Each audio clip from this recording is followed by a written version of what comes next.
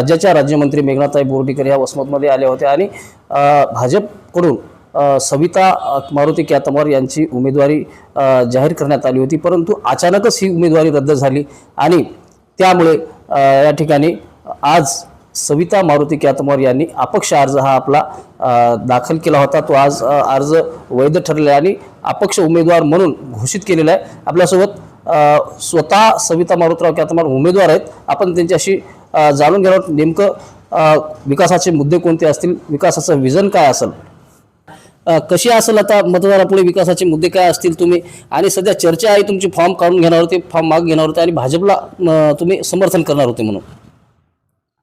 नाही, फॉर्म काढून घ्यायचा तर प्रश्नच नाही आहे, कारण मी 2च फॉर्म स्वतः भरलेले होते, शिवसेनेचा आणि एका अपक्षाचा। शिवसेनेने उमेदवारी दिली नाही, पण अपक्षाची उमेदवारी मी ठेवणार आहे। अच्छा, बरं, तुम्हाला जी जनता आहे कोणत्या मुद्द्यावर तुम्हाला मतदान करेल, काय मुद्दे असतील जनतेपुढे जाण्याचे तुमचे?